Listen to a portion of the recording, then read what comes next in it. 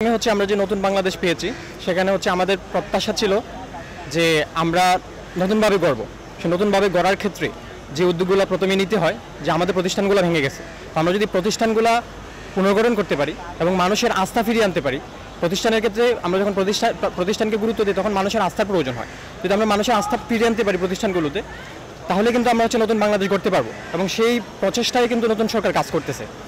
এজন্য এটাকে আরও বর্ধিত করতে নতুন সরকার গত 2 দিন আগে একটা উদ্যোগ নিচ্ছে, সেটা হচ্ছে সংবিধান সংশোধন করা। বহুদলীয় চর্চার সকল দলের অংশগ্রহণের মাধ্যমে তারা ইতিমধ্যে সিদ্ধান্তে পৌঁছেছে যে তারা সংবিধান সংশোধন করবে অথবা পরিবর্তন করবে, যাতে ভবিষ্যতে কোনো ধরনের স্বৈরাচার কিংবা এমন কোনো দলীয় সরকার যেন আসতে না পারে, যে সরকার এসে দেশের জনগণের দেশে প্রতিষ্ঠান জনগণের সব কিছু আবার কক্ষিগত করে তাদের একনায়কতন্ত্র কায়েম করতে পারে। তো সেই পথ বন্ধ করতে যে উদ্যোগ প্রথমেই নেওয়া দরকার ছিল সেটা কিন্তু ইতিমধ্যে এই সরকার নিচ্ছে এবং এটা ফলপ্রসূ হবে, আমরা আশাবাদী এই ব্যাপারে। তৃতীয়ত যে আপনি যদি একটা দেশে আমরা যে দেশে আছে এখন মডার্ন ডেমোক্রেটিক কান্ট্রিতে, তো সেখানে বহুদলের মত চর্চা করার সুযোগ থাকতে হয়। তো সেই ক্ষেত্রে নতুন গভর্নমেন্টের কাছে আমরা একটা জিনিস দেখতেছি যে তারা যখন কোনো সিদ্ধান্ত নিচ্ছে তখন কিন্তু রাজনৈতিক দলগুলোকে ডাকতেছে, তো তাদের অংশগ্রহণের মাধ্যমে কিন্তু সিদ্ধান্ত আসতেছে। ফলে ভবিষ্যতে যে কোনো একটা রাজনৈতিক দল বলতে পারবে যে আমাদের সিদ্ধান্ত প্রতিফলিত হয়নি, সংবিধানে প্রতিফলিত হয়নি, এই সুযোগটা থাকবে না।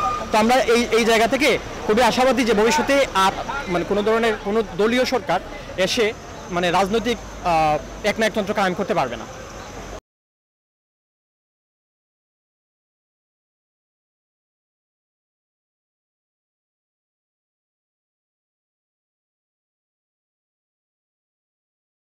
সরকারের ইতিহাস দেখেন পৃথিবীতে, যেটা 3টা মডেল আছে। এটা শর্ট টার্ম, একটা মিড টার্ম, একটা লং টার্ম। আমরা যখন শর্ট টার্মে আনি তখন 3 থেকে 6 মাস হয়, কিন্তু যখন মিড টার্মে নিয়ে আসি তখন 6 থেকে 12 মাস, কিন্তু যখন এর বেশি সময় লাগে তখন আমরা লং টার্মে যাই, তখন 12 থেকে 24 মাস, 2 বছর বা তারও অধিক সময়।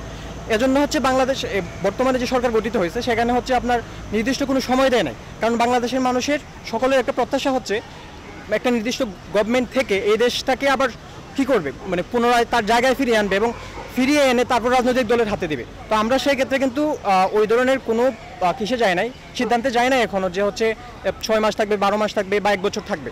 এজন্য দেশের মানুষের এক্সপেকটেশনের উপর নির্ভর করে এই জায়গাটা খোলা রাখা হয়েছে। এবং আমি আমার ব্যক্তিগত অপিনিয়ন থেকে বলি, আমার অভিজ্ঞতা থেকে, যে মানুষ কিন্তু চাচ্ছে এই গভর্নমেন্ট অনেক সময় থাকুক এবং চাচ্ছে যে এমন এক ব্যবস্থা প্রতিষ্ঠা করে যাক যেটা আগে কোনো সরকার এসে আবার তাদের এজেন্ডা বাস্তবায়ন করতে না পারে। তো সেই জায়গা থেকে এই সরকার অনেক সময় থাকবে, এই ব্যাপারে আমি আশাবাদী।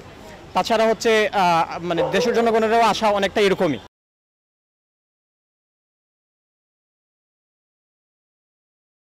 আমার মনে হচ্ছে যে পরিবর্তন আসলেই সম্ভব, কিন্তু আমাদেরকে সেটা ধৈর্য ধরতে হবে, সেটা দেখতে হবে।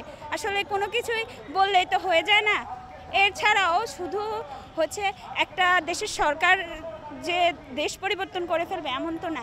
শিক্ষার্থীরা মূল শক্তি। শিক্ষার্থীরা সবাই যদি, শুধু শিক্ষার্থী না, সবাই যদি নিজ নিজ অবস্থান থেকে ওইভাবে দাঁড়ায় যে আমি আমার দেশের জন্য আমার সর্বস্ব করব, তখনই একটা দেশ পরিবর্তন সম্ভব।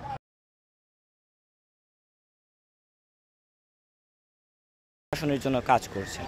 তো আমাদের যে প্রত্যাশা ছিল, যেখানে একটা ইনক্লুসিভভাবে আমাদের সরকার, যেখানে কোনো ফ্যাসিস্ট রেজিম থাকবে না, দুর্নীতি থাকবে না, ঘুষ থাকবে না, যেখানে কেউ একতান্ত্রিকভাবে আমাদেরকে দমন নিপীড়ন করতে পারবে না, আমাদের বাক স্বাধীনতা থাকবে, আমরা আমাদের মতামত, আমরা আমাদের চাহিদা সরকারের নিকট তুলে ধরতে পারবো, আমরা আমাদের দাবি, আমরা আমাদের প্রাণের যে দাবি দাওয়াগুলো আছে, যেগুলা গত 16 বছরে বিভিন্ন সময় ফেসিস্ট রেজিমের কারণে বা ফেসিস্ট সরকারের কারণে যেগুলো পূরণ হয় নাই, সেই দাবিগুলো আশা করি যে সরকার